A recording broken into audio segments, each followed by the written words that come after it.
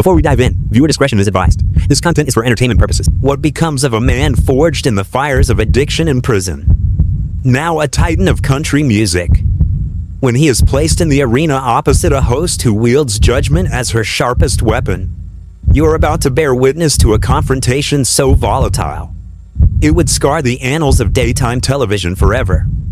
And so the protagonist, Jelly Roll, a colossus of ink and redemption, walked onto the set of The View, believing it to be a platform for his story, a testament to his odyssey from the gutter to the stars. But fate had cast a different scene. He found himself face to face with the antagonist, Joy Behar, who had prepared an arsenal not of questions, but of accusations, ready to dismantle him, piece by agonizing piece. This was no mere interview. This was a tragedy in the making. A study in the hubris that prods a patient man toward war. Before the curtain rises on this drama, subscribe to this chronicle and lend your voice to the chorus below. For when the final act concludes, you will have much to declare. The air on that Tuesday morning was thick with anticipation. The studio lights burning with the intensity of a midday sun as Jelly Roll, adjusting his black button-down shirt, settled into the fabled chair. The audience was a sea of excitement. Many were his faithful, those who had tracked his staggering ascent from a troubled past to chart-dominating success. Whoopi Goldberg had just concluded her opening, and a current of pure, positive energy coursed through the room. It was a deceptive calm. The man behind the myth, Jason DeFord, had awaited this televised clash for weeks. It was to be his arena, a platform to speak of his new album, to wage his public crusade for justice reform, and to extend a lifeline to the souls still wrestling with the very demons he had long since vanquished. Our next guest has had quite the journey. Whoopi began, her voice a warm prelude to the storm. From spending time behind bars to topping the country charts, please welcome Jelly Roll. The audience erupted, a wave of sound crashing as he waved. A genuine smile illuminated his face, a beacon of the raw charisma that drew people to him, an authenticity that could never be manufactured. Thank you so much for having me, Jelly Roll said. His deep voice, a southern river familiar to his millions of fans, filled the space. I've been watching this show for years, so this is pretty surreal for me. The opening volley of questions came from Sarah Haynes, light and easy probes into his music. She asked of his collaborations with other artists, of the tour that lay ahead, and he answered every query with the profound humility and gratitude that had become his trademark, the very qualities that had built his kingdom of fans. He spoke of how music became his salvation. He spoke of how his daughter became his reason. He spoke of how his platform could become a lifeline for others. You know, he said, his large frame leaning forward, commanding the space. I think a lot of people look at someone like me and they write me off before they even get to know my story. The tattoos, the past, all of that. But I want people to understand that we all have the capacity to change, to grow, to become better than we were. The studio held its breath, captivated. This was the Jelly Roll they revered, the confessor, the survivor, the man unafraid of his own scars. Then, Alyssa Farah Griffin guided the conversation toward his work in criminal justice reform. A fire ignited in his eyes as he described the programs he championed, designed to shepherd the formerly incarcerated back into the world. I've been where these guys are, he explained, his voice rising with the conviction of a true believer. I know what it's like to feel like society has given up on you, like you're never going to be anything more than your worst mistake. But that's not true. People can change. They just need someone to believe in them and give them a real chance. And it was then, in that moment of profound sincerity, that Joy Behar, who had been lying in wait, a predator smirk playing on her lips, chose to spring her ambush. Her eyes held a familiar, glinting malice, a look well known to the show's faithful. It was the look that promised chaos for the sake of chaos. Well, that's all. Very nice and inspirational. Joy began, her voice a cascade of pure condescension. But let's be real here. You spent years breaking the law. You were involved with drugs. You were in and out of prison. Now you're sitting here talking about second chances like you're some kind of expert on rehabilitation. A dead silence descended upon the studio. The air crackled. The positive energy of moments before instantly curdling as her words poisoned the atmosphere. Jelly Roll's smile faltered, but his composure held firm, a fortress taking the first cannonball. I think my experience gives me a unique perspective, he replied calmly. I'm not claiming to be an expert on anything except my own journey. But if sharing my story can help even one person avoid the mistakes I made, then it's worth it. Joy's thirst for conflict, however, was not yet slaked. She leaned back, a smug, self-satisfied victor, as if she had just delivered a masterstroke.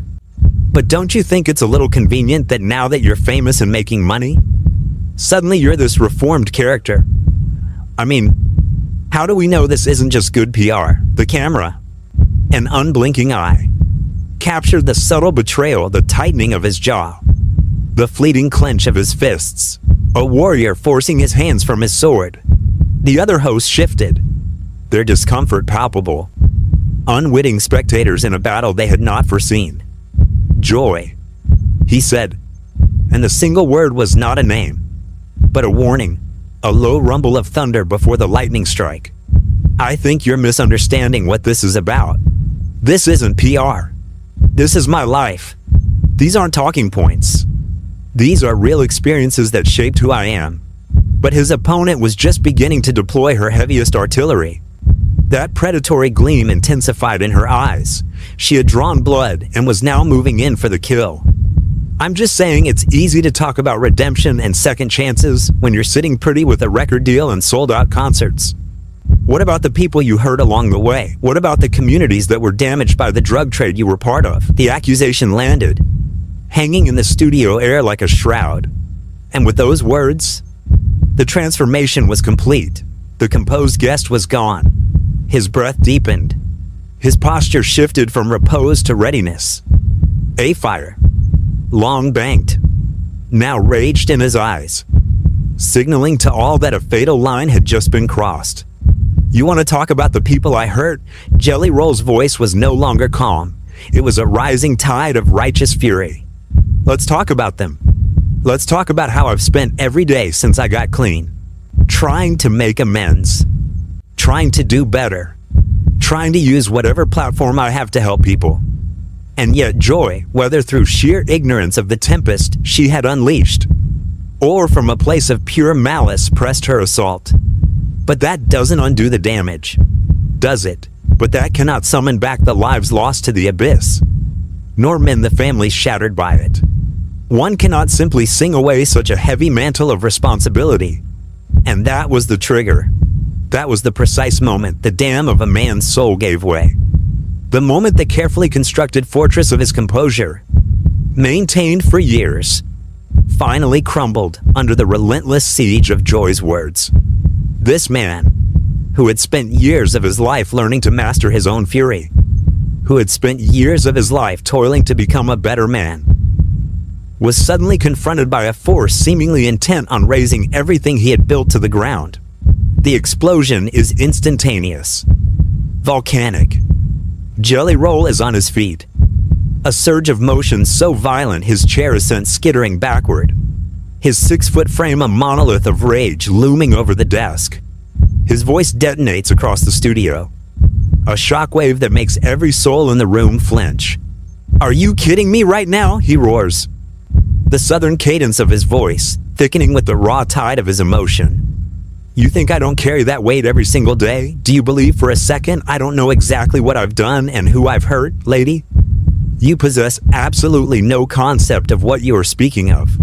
The studio audience lets out a single bay, unified gasp. Camera operators scramble, desperate to capture every angle of the unfolding warfare. while producers in the control room frantically debate the signal for retreat to a commercial break. Whoopi sits, stunned. Sarah's hand flies to her mouth in shock. Alyssa is a statue in her chair. But Joy, incredibly, seems almost triumphant, as if she has successfully goaded the beast from its cage, achieving the very reaction she had engineered. There it is, she says, a smug smile playing on her lips, gesturing to Jelly Roll as if he were Exhibit A. There is the man you truly are, she declares.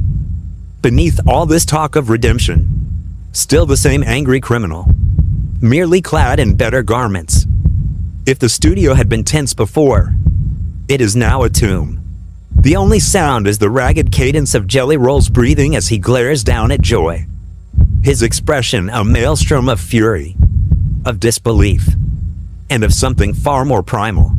When he speaks again, his voice has dropped to a low, menacing growl, a sound somehow more terrifying than his earlier roar had been. You want to see the real me, he asks, leaning forward, his hands planted on the desk like anchors in a storm.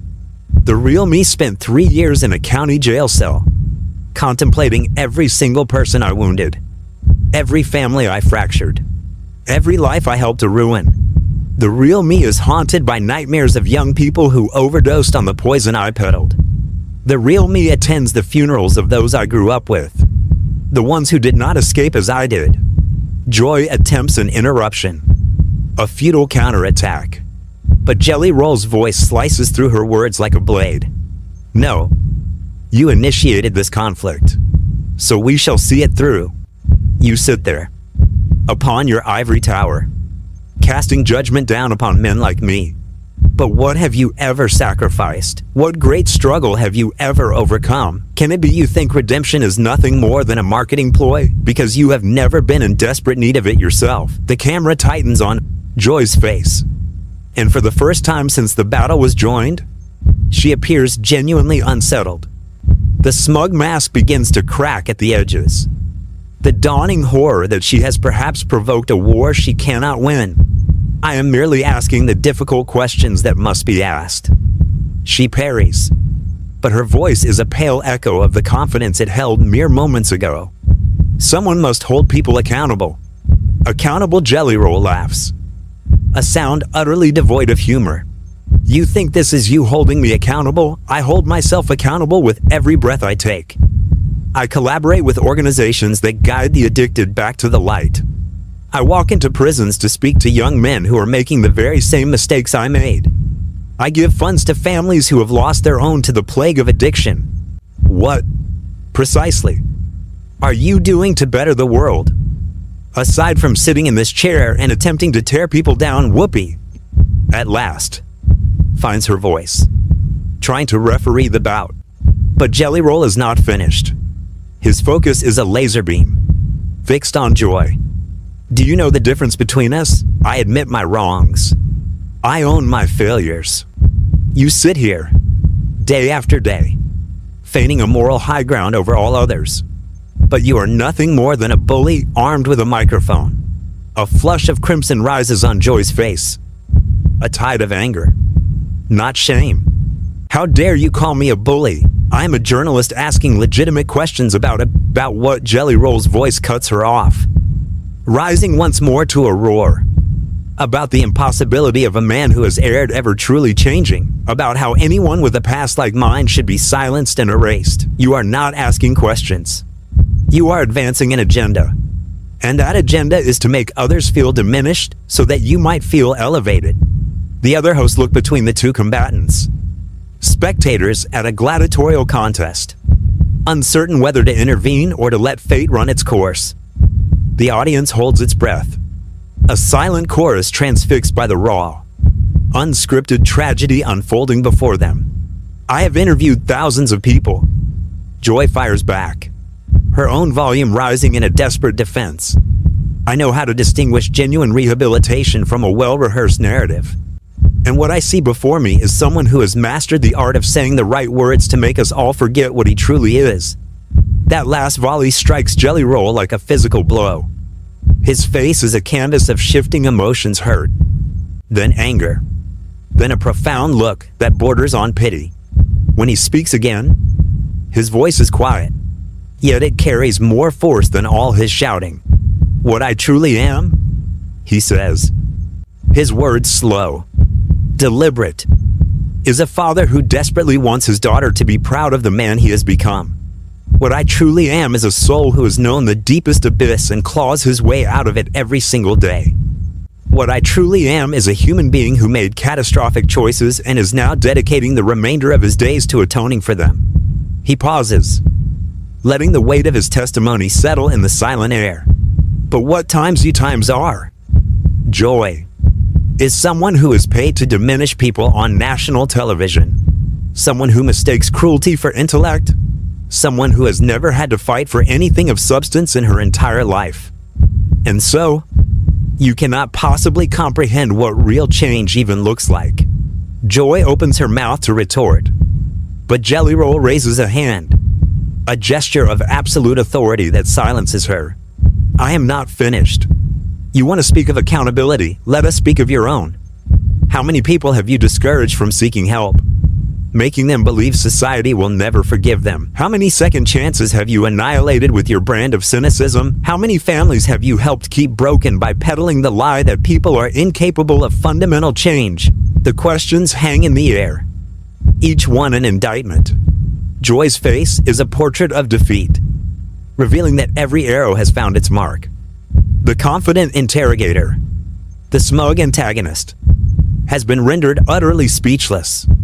And in that moment, the mask of the relentless prosecutor slipped, revealing a flicker of dawning horror, the realization she had cornered not a fox, but a bear. "You believe you're so clever." Jelly Roll's voice shifted. The fire of anger banked into the smoldering embers of disappointment. "You believe you're unmasking some grand deception, but the only thing you're exposing is the hollowness of your own character. A person who prefers the wrecking ball to the trowel?" From the sidelines, Sarah Haynes attempted a diplomatic intervention, a peacekeeper venturing into no man's land. But the combatants were deaf to her plea. The studio had transformed. This was no longer a mere television interview. It was a coliseum for a war of ideologies, a battle of two faiths, a clash between cynicism and the possibility of redemption. "I stand by every word," Joy countered, but the weapon of her voice now trembled in her hand. People have a right to be skeptical of convenient transformations. At this, Jelly Roll shook his head, a slow, mournful motion, and his eyes, when they met hers, held not victory, but a deep, sorrowful pity. "Do you see the true tragedy here? You were given a stage to discuss addiction, to explore real solutions, to debate criminal justice reform, to question how we mend broken lives. Instead, you chose cruelty as your sport. You chose mockery as your spectacle." A dead silence fell. The weight of his accusation descended upon the studio, a suffocating shroud. For a single, fleeting beat, a crack appeared in her armor, a hint of contemplation. But the moment passed. Her defenses slammed shut, and she straightened in her chair, a queen reasserting her crumbling reign. "Do not lecture me about entertainment," she shot back, her voice brittle. "This is journalism. We ask the hard questions. We confront the uncomfortable truths. If you cannot withstand the heat, perhaps you should flee the arena." The laugh that escaped Jelly Roll was not of mirth, but of ice and ash. "Hard questions," he echoed, the words dripping with scorn. "Is that your name for this ambush? Allow me to deploy my own arsenal. When was the last time you admitted a failing? When was the last time you offered compassion to the fallen? When was the last time you used this throne of yours not to judge, but to heal?" The barrage landed. Joy's mouth worked, opening and closing, but her ammunition was spent. No sound emerged. The Inquisitor had become the subject of the Inquisition. A stunning reversal of fortune. She floundered, searching for solid ground on a battlefield that had shifted beneath her feet.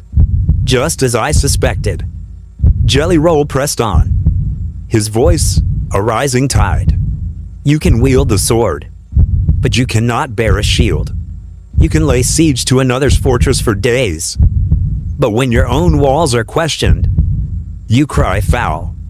Once more, Whoopi, the voice of reason, attempted to call a truce. Okay, I believe we need to. No. The word from Jelly Roll was granted. He turned, addressing Whoopi not with disrespect, but with unyielding resolve. I appreciate your aim, but this must be heard.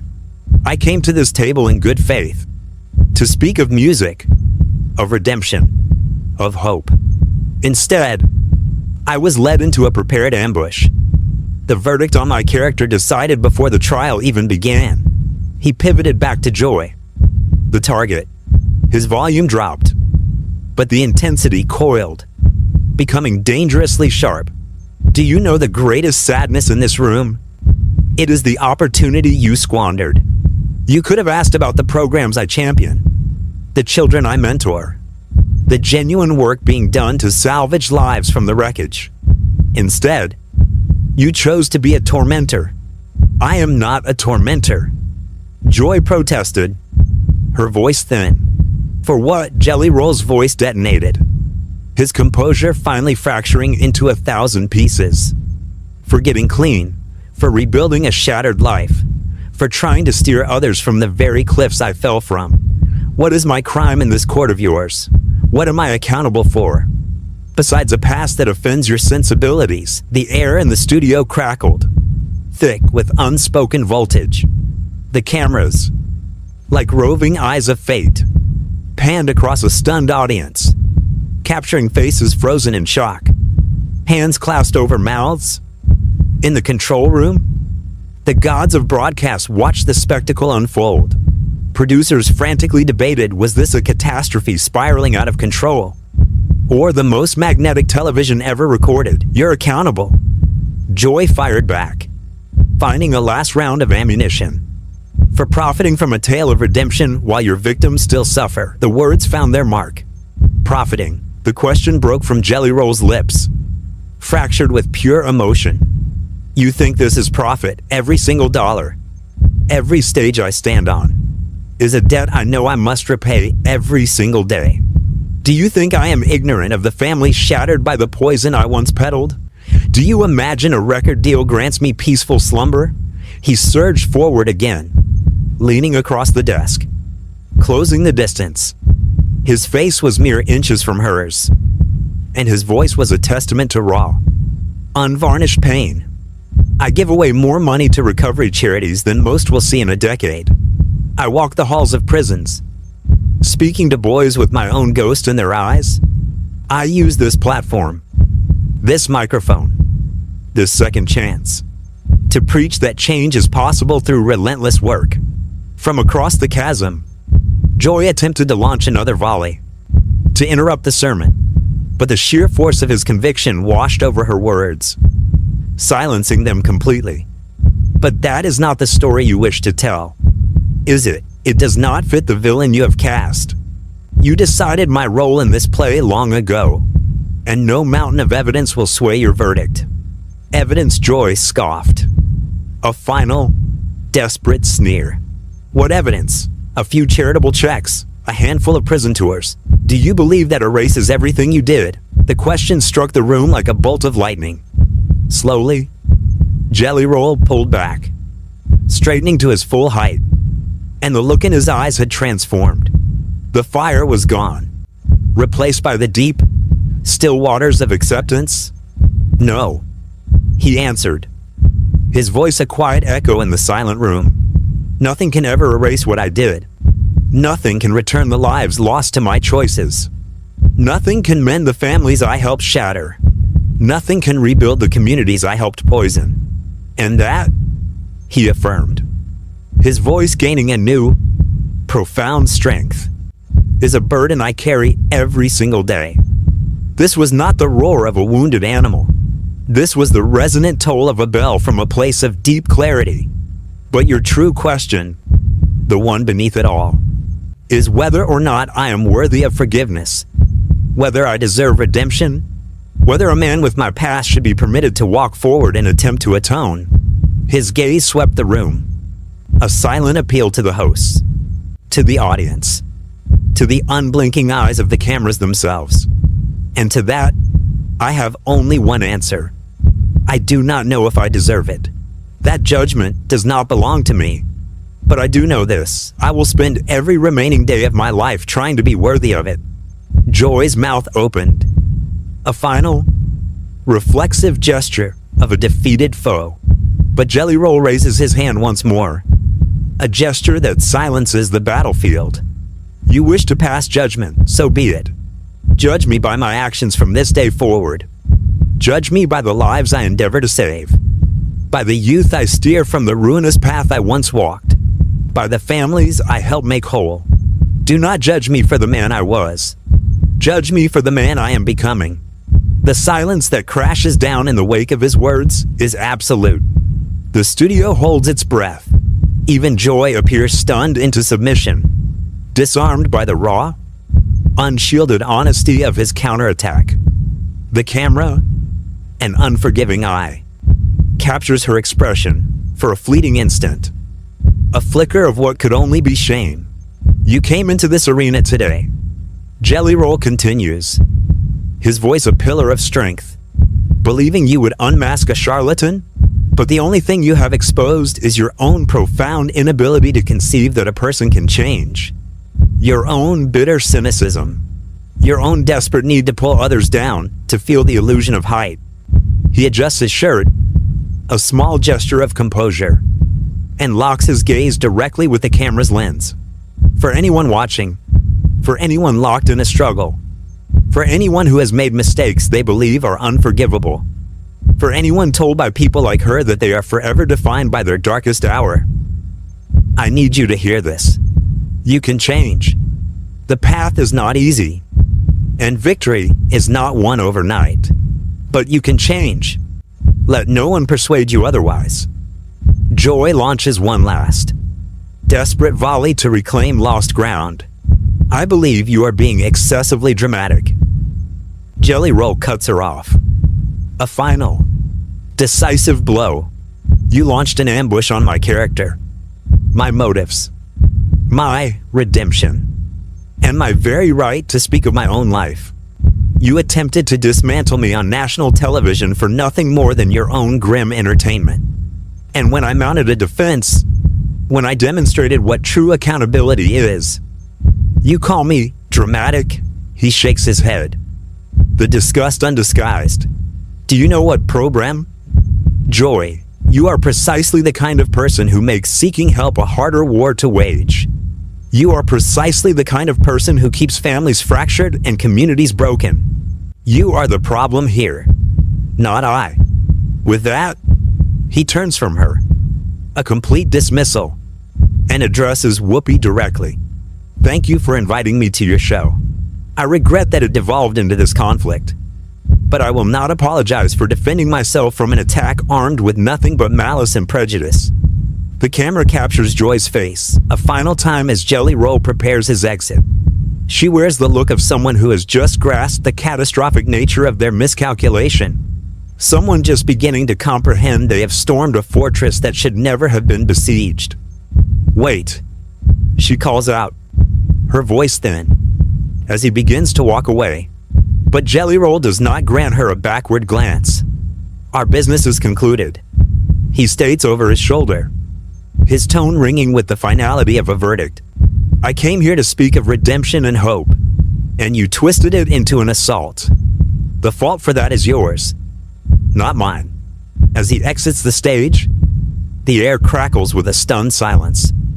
The other hosts seem frozen, their expressions a tableau of shock as they try to process the detonation they just witnessed. And Joy sits isolated at the desk, appearing diminished, smaller than she was when the engagement began. She is the very picture of a general who has just learned a brutal lesson on the power of words and the peril of pushing a good man to his breaking point. What began as a standard interview had erupted into something far more significant, a tragic clash between two opposing philosophies on human nature, on forgiveness, on the very possibility of redemption itself. And in the end, it was undeniable to every soul in that studio who had emerged the victor. So, what is your verdict on this incredible confrontation? Do you believe that people truly deserve a second chance? Was Joy's skepticism justified, or was it a fatal flaw? Leave your intelligence report in the comments below. And be sure to subscribe for more chronicles that will utterly shatter your perceptions.